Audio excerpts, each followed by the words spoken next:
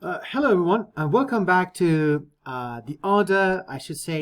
section that we are just going to add one level of hierarchy to the previous model that we had. But now before we just go to R and understand and put everything into an action and measure precisely the quantities that we are interested, before that we just talk about a little bit behind of what we plan to do right now. You remember that on the previous tutorial, we said that the reason that we said that we just have random intercepts and the random slope is that we define two different, after the age of 60, we defined two groups,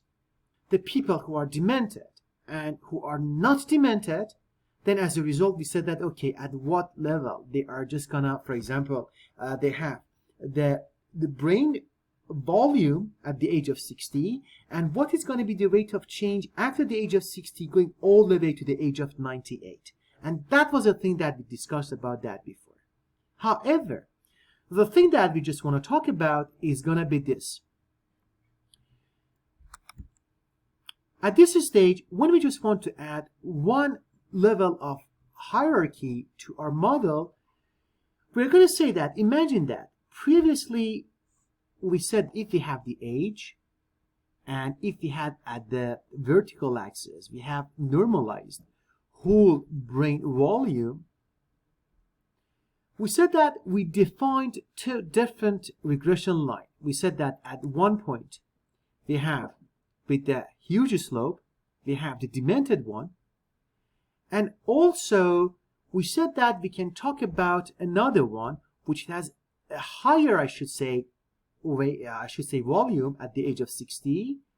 and with the lower slope it's going to be a non-demented one. Non-demented case, and also we say that this one is going to be a case for the demented normalized whole brain volume. What we are going to do right now is that we are just going to focus on the case that the people who just came to the clinics for these experiments, they are just going to be demented. At this stage, we can think of it in two different scenarios. At one scenario is that now we are focusing only on the demented one, and also this one is going to be the age.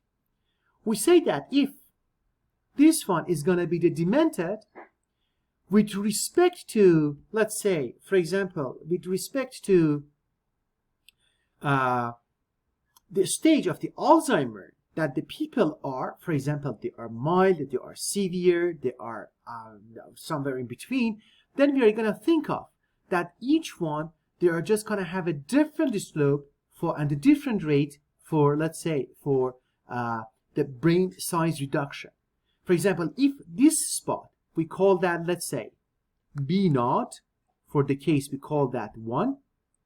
still we say that it's going to be called B0, for example, 1,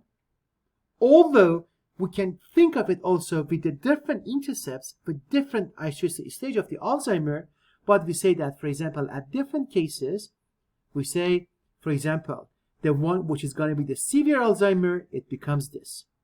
The one with the mild Alzheimer becomes this. And for the other two cases, each one can get a different slope. And all of these ones collectively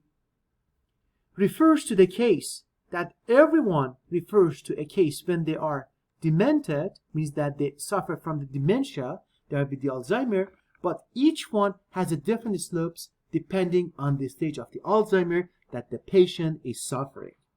And it's essentially, that becomes another level of the hierarchy that we are just going to incorporate into our model.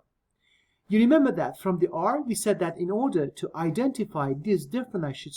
stages of the Alzheimer, we're just going to look into a case of the CDR and the score which they get. We had 4 levels of the CDR,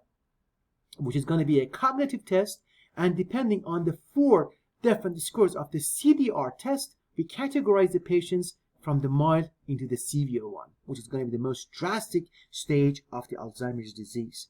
And now it's the time that we just go back to the R and add this one more level of the hierarchy, into the existing hierarchical model in the Bayesian model and see that which level of the hierarchy and which level of the stage of the Alzheimer they show the higher slope and the higher rate of the decay and the brain atrophy in our case then. I can wait to just go back to the R and put the things that we learned into an action, add one more level of the hierarchy depending on the CDR score into our existing model.